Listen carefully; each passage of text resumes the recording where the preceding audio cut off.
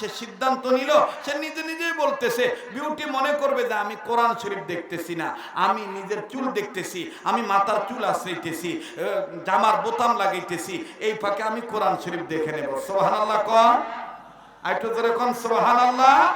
অনেক সময় নজরের বরকতে হেদায়েত আল্লাহ দিয়ে দিতে পারে, কথা বলেন ঠিক কিনা?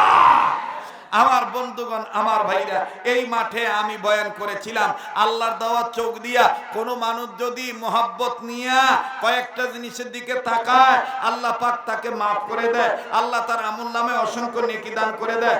নাম্বার 1 কাবাঘর বাইতুল্লাহ, নাম্বার 2 কোরআনুল কারীম কালামুল্লাহ, নাম্বার 3 হক্কানি রব্বানি উলামায়ে কেরাম ওলি আল্লাহ, নাম্বার 4 আপন মা আর বাবার চেহারার দিকে যদি সন্তানরা মোহাব্বতের নজরে তাকায়, আল্লাহ অসংখ্য নেকি দান করে দেয়। সুবহানাল্লাহ বলেন। এই আদনান প্রতিদিন অফিসে যাওয়ার সময় যখন জামা গায়ে দেয়, টাই পরে, এই ড্রেস পড়তে যাইয়া আমার ভাইরা বিউটিকে না বুঝতে দিতে পেরে, বিউটিকে বুইটু যেন ঝামেলা না করে, এই বুঝতে যেন না পারে, এই জন্য সে পোশাক পরতে দেয়, কোরআনের দিকে বারবার তাকায়।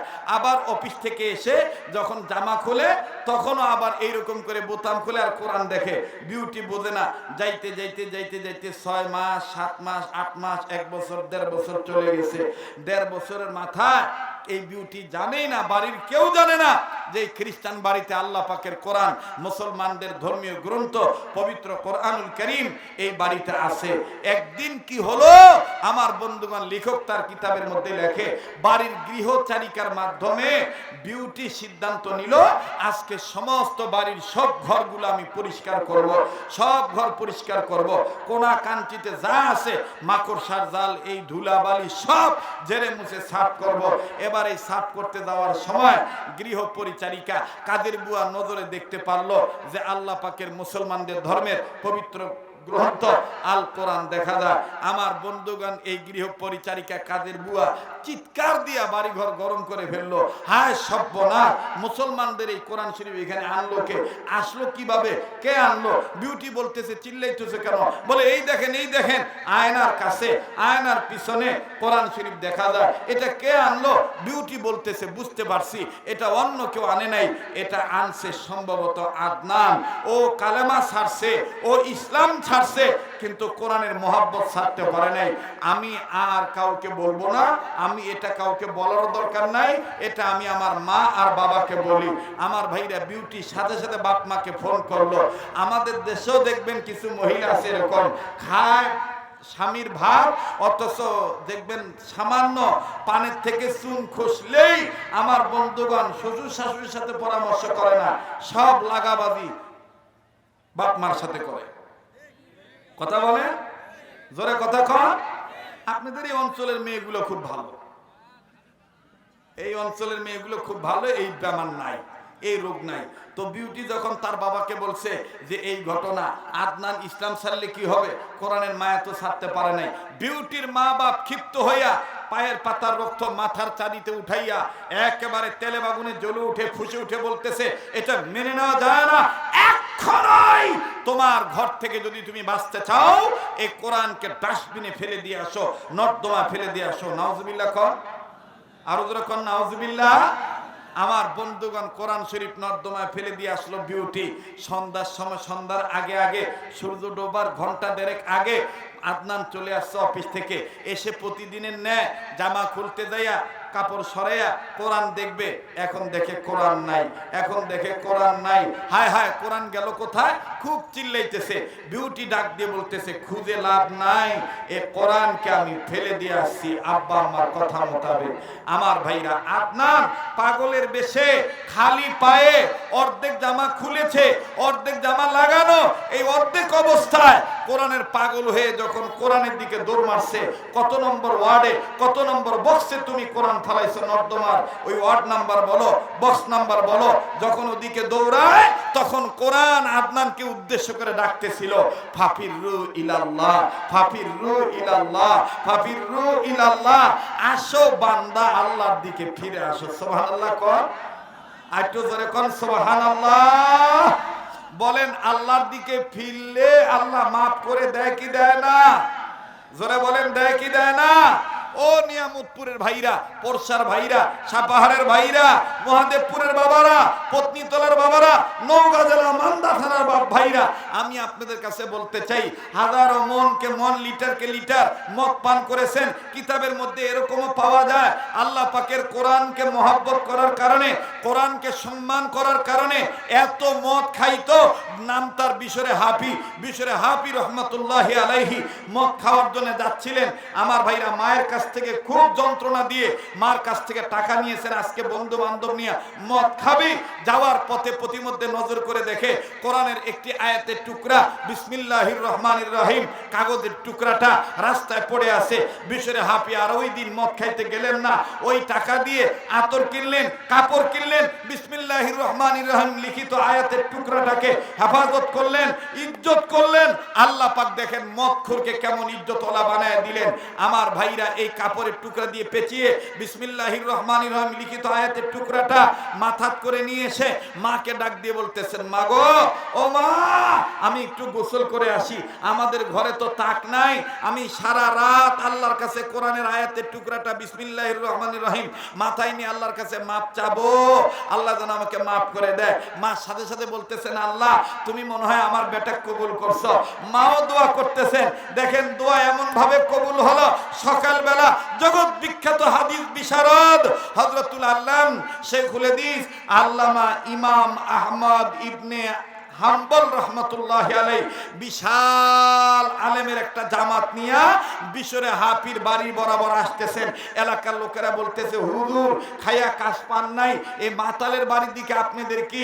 তখন ইমাম আহমদ ইবনে হাম্বল বলেছিলেন, আপনাদের নজরে এই লোকটা মাতাল, কিন্তু এই লোকটা গত রাত্রে এমন একটা কাজ করেছে, আল্লাহ পাক তাকে কোরআনের বরকতে মাফ করে দিয়া ওলিদের সর্দার বানায় দিছে। তো কয়াস এলাকা আমি আসতেছিলাম, ছাত্রা এলাকা আমি জিজ্ঞাসা করতেছি, গাবতলী হাটের রোডে বরাবর ঢুকে গেছি আর কি। তো যাই নাই, ওই সালালপুর না কি কয় রে, সালালপুর পাওয়ার আগে আমি এক চ্যাংড়াক জিজ্ঞেস করতেছি, এ বা মাহফিল কোন দিক রে, গাড়ি ঢুকবে? তো ওই শুনে নাই, না শুনে বলতেছে, হুজুর হা সর্বনাশ, হুজুর গাড়ি তো ঢুকবে না, হুজুর গাড়ি তো দূরে থোয়া লাগবে। তো এইভাবে বলতে বলতে আমি বলতেছি যে এটা কোন দিকে? আসছে তো একের অধিকবার, আমি তো চিনি, তারপর ওকে জিজ্ঞাসা করছি। ও বলতেছে, হুজুর যতই চেষ্টা করেন হুজুর গাড়ি ঢুকবে না, পল্লীগা হুজুর। আচ্ছা তো তোরা মাহফিলে যাস না কেন? তোরা মাহফিলে যাবি না? কয় হুজুর এই গাড়ি ঘোড়া যায় না দেখে পল্লীগা আমরাও যাই। ভাইয়া এই কয়াস এলাকা পল্লীগা হতে পারে, কিন্তু এই কয়াসের মতন এলাকায় দারুল উলুম হামিউস সুন্নাহ মাদ্রাসা হয়েছে। এই ছোট্ট একটা মাদ্রাসার উসিলায়, এই ছোট্ট একটা প্রতিষ্ঠানের উসিলায় অত্র এলাকার কবরওয়ালাদের কবর আযাব আল্লাহ মাফ করে দিতে পারে, কম দামি মানুষকে আল্লাহ দামি বানায় দিতে পারে, শুধুমাত্র একমাত্র কোরআনের উসিলায়। কথা বলেন ঠিক কিনা?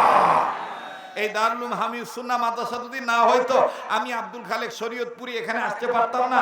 এই মাজলুম, কারাবন্দি, কারা নির্যাতিত আলেমে দ্বীন রফিকুল ইসলাম মাদানিও আজকে এখানে আসতো না। এই মাদ্রাসার উসিলা আসছে। কথা বলেন ঠিক কিনা? তো এই মাদ্রাসায় কোরআন পড়ানো হয় কি হয় না?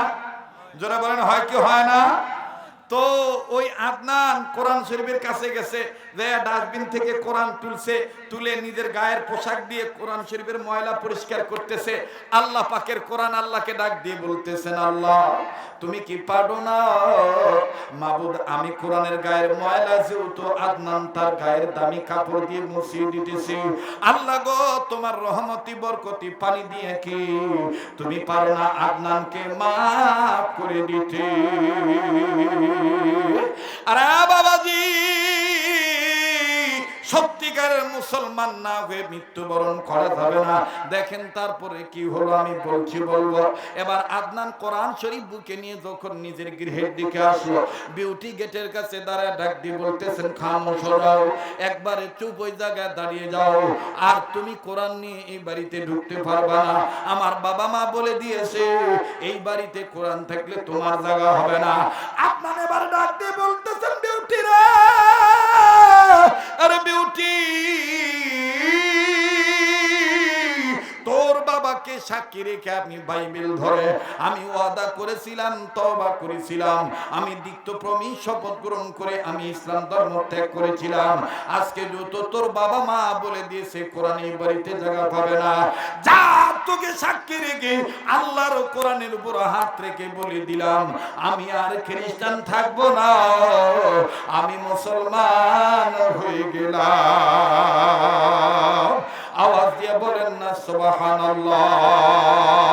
এবার ভাইরা আমার আদনান দেখেন, আমার বন্ধুগণ, এই মুসলমানের ঘোষণা যখন দিয়ে দিল, বিউটি ভিতরে থেকে দরজা লাগিয়ে দিল, তোমার মুখ আর আমি দেখবো না, আমি 2-4-5 মিনিটের ছোট্ট একটা আবদার করব, যেই হাতটা দিয়া বারবার কাবা দূরি আল্লাহ ওয়ালাদের হাতের সাথে লাগানো, আপনাদের আত্মার আত্মীয় রক্তের ভক্ত হইয়া আমি আপনাদের কাছে বলতে চাই, এই তো আবার কয়েকদিন পর চলে যাব, আপনাদেরকে নিয়ে দোয়া করব। আর ভাইয়া হাজার হাজার মানুষ ছিল, কত শত মানুষ নিজ নিজ প্রয়োজনে চলে গেছে উঠিয়া, আপনারা বসে আছেন গো, আপনাদের মা বাপ আপনাদের জন্য দোয়া করেছে, আপনাদের মা বাপ আপনাদের মা আপনাদের গর্বে নিয়া কোরআন তেলাওয়াত করেছিল, আর এই নেক কাজের বরকতে আপনি এখানে বসে পড়েছেন। অতএব বাজান শেষ ভালো তার সব ভালো তার, এই নিয়ত করে আমি দেখতে চাই আমার সাথে এই কাবা ধরা হাতের সাথে ছাত্র ভাইরা, যুবক বন্ধুরা, মুরব্বী বাবারা, ব্যবসায়ীরা আমার সাথে দোয়া করে যাবেন। শেষ সময় কার কার নিয়ত আছে একটু হাত তুলে দেখে আমাকে সহযোগিতা করেন। নারে তাকবীর, নারে তাকবীর। আরে বাবাজি ওয়াদা করেছেন দোয়া করে যাবেন, আমি দোয়া করব। মুসাফির মানুষ আমি আসতেই চাইছিলাম না, কিন্তু কয়েক গ্রাম নিয়ামতপুরবাসীর সাথে, গাবতলী হাট এলাকার মানুষের সাথে, আমার বন্ধুরি ভাবিচা ইউনিয়নের পরিষদের মানুষের সাথে, নিয়ামতপুর থানার মানুষের সাথে, নওগাঁ জেলার মানুষের সাথে আমার অন্তরের একটা মহব্বত আছে। এই জন্য বাজান শুধুমাত্র দেখা করার জন্য আসি, বাহবা নেওয়ার জন্য আসি নাই। দোয়া করব, দোয়া করি, দোয়া চাই। তবে রে বাজান আবার বলি, কেউ যদি চলে যায় চলে যেতে দিবেন। আমি মুসাফির মানুষ, আমার স্নেহের মাওলানা রফিকুল ইসলাম মাদানী ওয়াজ করার আগে, খুতবা দেওয়ার আগে আপনাদের কাছে মাদ্রাসার পক্ষে জালসার জন্য, তাফসীর মাহফিলের জন্য আমার বন্ধুরি স্বেচ্ছাসেবকদেরকে পাঠিয়ে দিয়ে একটা করে ব্যাগ পাঠিয়ে দিয়েছিলেন। আমি আপনাদের কাছে ছোট্ট একটা আবদার করব, বলেন তো দেখি, যে কোরআনুল কারীম আমার বন্ধুগণ কোরআনের মাধ্যমে আল্লাহ ভয় করার গুণ অর্জন করতে বললেন, সত্যিকারের মুসলমান না হয়ে মৃত্যুবরণ করা যাবে না। যেই কোরআনে আল্লাহ পাক এই নির্দেশ দিলেন, বলেন তো দেখি নিয়ামতপুরের বাবারা ভাইরা, এই কোরআনুল কারীমের পারার সংখ্যা কত পারা? আবার একটু বলেন না কত পারা? এই 30 পারা কোরআন শরীফকে মহব্বত করে আজকের এই ময়দানে সূচনা লগ্নে যারা বলছেন ছাপ্পা